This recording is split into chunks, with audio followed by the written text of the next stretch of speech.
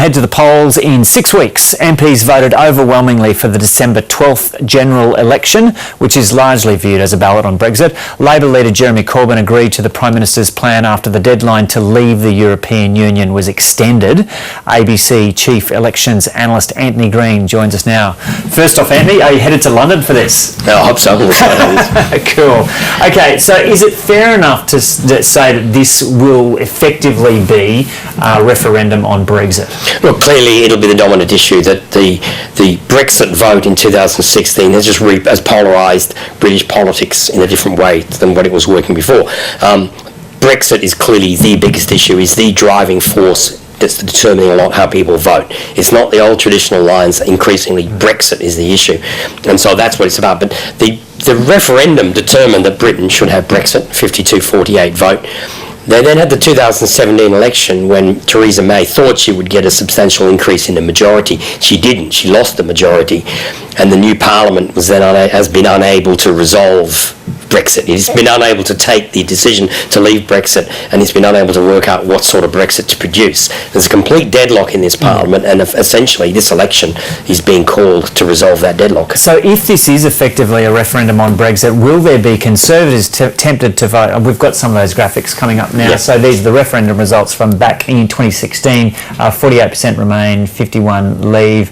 But opinion polls now saying that 49% are Remainers and 46% Leave, 4% don't know. So the opinion, it appears opinion has shifted a bit. But if this is a Brexit referendum, if this is effectively a Brexit referendum, will there be Conservatives who want to vote for Corbyn because he's proposing a second referendum, and Labor voters who will want to vote for Johnson because he's got the Brexit plan? Well, Jeremy Corbyn's leadership of the Labor Party has been one of the big problems that's gone on for the last 3 years. The referendum would not have got up in 2016 if the Labor Party had opposed it, but they didn't oppose it. They were very ambivalent about it. Jeremy Corbyn has opposed the EU since the 1970s. He voted against being in the 1970s. So it's a long-standing dispute within the Labor Party on that.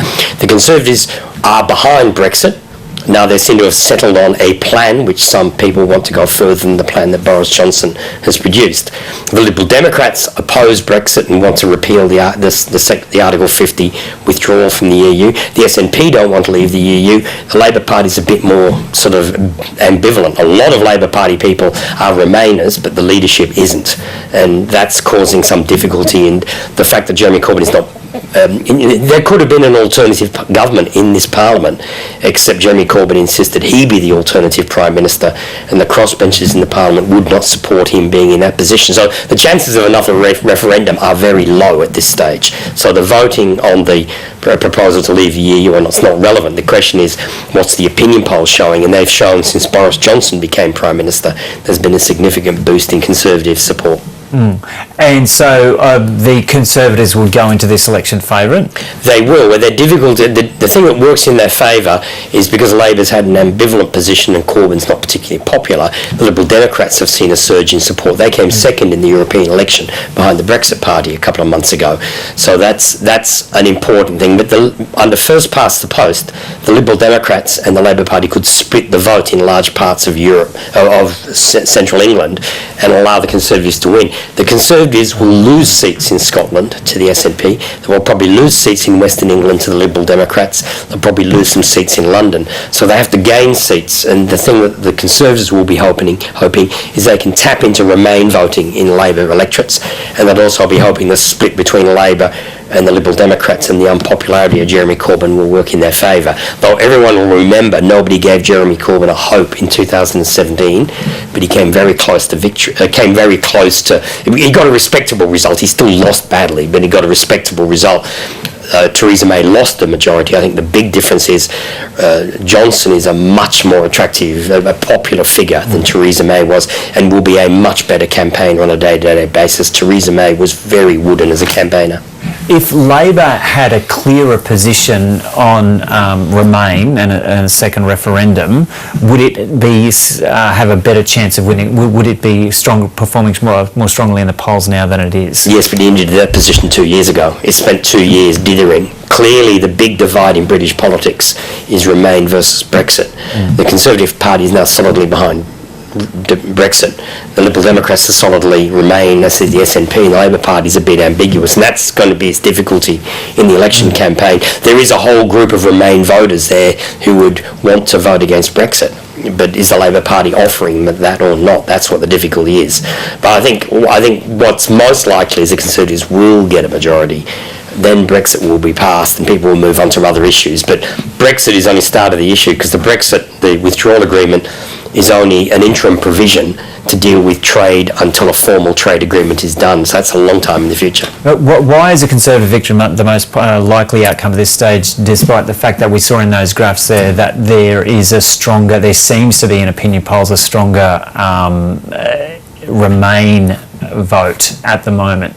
Well, there isn't a referendum. It's a vote for who's going to form government. Yeah. The Conservatives have got 36% of the vote. Now, that's less than the total Brexit vote, but it's still by far the biggest vote. There will be Brexiteers who vote for other parties. But with 36% of the vote under first past the post, the Labor Party's on 24, the Lib Dems 17, that will split the Remain vote, and it will allow the Conservatives to win under first past the post voting.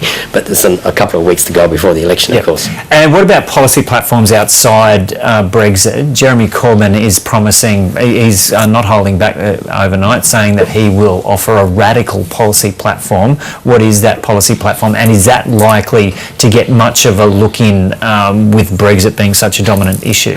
I think it will be very hard for other issues to get into the agenda. The Conservatives have been trying to talk about other issues, law and order, schools, health. It hasn't got much traction given they've got dominated by Brexit. The Labor Party's introduced some interesting policies, I think, sort of limiting the number of people from private schools who can go to universities, a series of quite radical policies in that area.